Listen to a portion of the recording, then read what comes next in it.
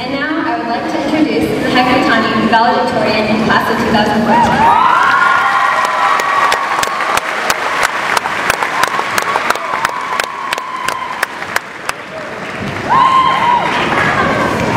Thank you, friends, family, special guests, teachers, administrators, and fellow students.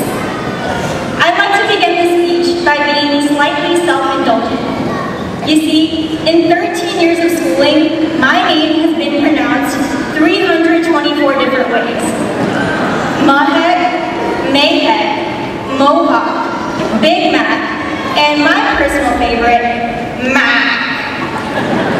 Pretty sure my parents didn't name me after a mother bird regurgitating food into her baby's mouth. It is important that you put the emphasis on the correct syllable, Mahak Mithani.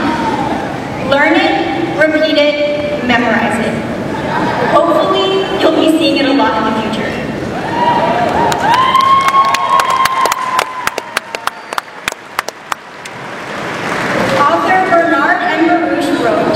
Be who you are and say what you feel, because those who mind don't matter, and those who matter don't mind. As we step into our adult lives, we must cast off the shackles of peer pressure and relish the freedom of individuality. As incoming freshmen, our greatest fear is lack of acceptance by our peer group. Movies, TV shows, music, clothing, makeup, each is chosen based not on personal taste, but on how it will be received by our fellow students. However, Rita Mae Brown points out that the reward for conformity is that everyone likes you, except yourself. Through our classes, we learn to escape from the dependence on the group, and instead think for ourselves. In the nest of life, we have to make sure that we're the eggs that hatch, not the ones served as omelets. The ironic thing about high school is, despite the structure, the rules, the discipline, the routine, we actually learn valuable life lessons, and not just to avoid the mystery meat in the cafeteria. I'm also not referring to the content learned in classes. You see, I, like many of you, am a binge studier. The night before an exam, I cram as much information as I can into my head and dump it out onto my test the next day. As an unfortunate consequence, very little is retained in my long-term memory.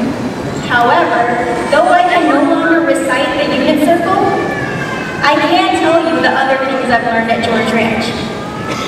From arriving at school at 7 o'clock each morning, I learned the true value of solitude, what car every teacher drives, and that the couches in the library are excellent for taking naps. From Mr. Barrett, I learned that 1 in every 100 people will go the extra mile to say your name correctly.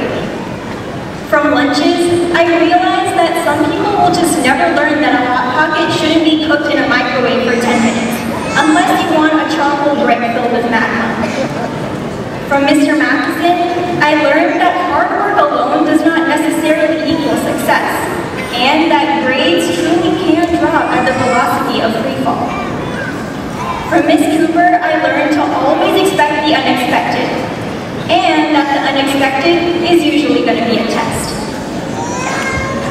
And finally, from Mr. Bowman, I learned to always speak without restraint, because some people actually regard sarcasm as a positive quality. Of course, a lot of where I am today is due to the impact of those closest to me. Although my parents have never been the type that forced their children to become doctors and engineers, they spared no opportunity to teach me something.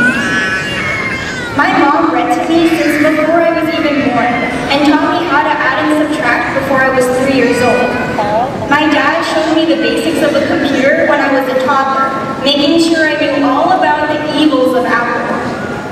I learned how to type on a computer before I could write on paper, mostly because my dad didn't want me to get pencil marks on the walls.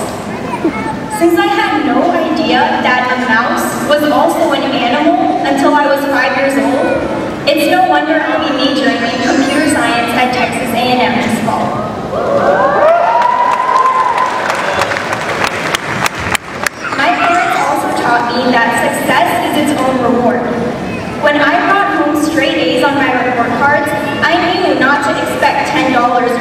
enjoy. Instead, my parents took me out to McDonald's for lunch, so long as I chose only from the dollar menu. This showed me that you need to work very hard for the very best things in life. And though the hot and spicy chicken sandwiches from Mickey D's were pretty satisfying, they can't compare to the rewards we'll all be receiving from life in the coming years. Thank you to my sister Mushel for being a third parent to me, for holding higher standards for me than I held for myself, and for silently cheering me on throughout life. Thank you to my best friend Horace, who always reminded me to look at the bigger picture, and for showing me that it's possible to go through life with minimal stress. And most importantly, thank you to Allah for always guiding me to the right path. In order to honor my heritage and to thank my mother for insisting I become bilingual since birth, I would like to express my gratitude to my parents in Urdu, their native language. आप लोग मेरे लिए बचपन से लेकर आज तक इतना कर रहे हो। जो चीज़ चाहिए आप लोग मुझे दिए। मैं आज यहाँ खड़ी हूँ तो वो इसीलिए है कि आप लोग ने मेरे लिए इतनी मेहनत की है। आप लोग की दुआओं के वजह से मैं आगे जाके कामयाबी पाऊँगी। आप लोग के बिना मैं पता नहीं आज कहाँ हूँ। थैंक्स मम्मा पापा।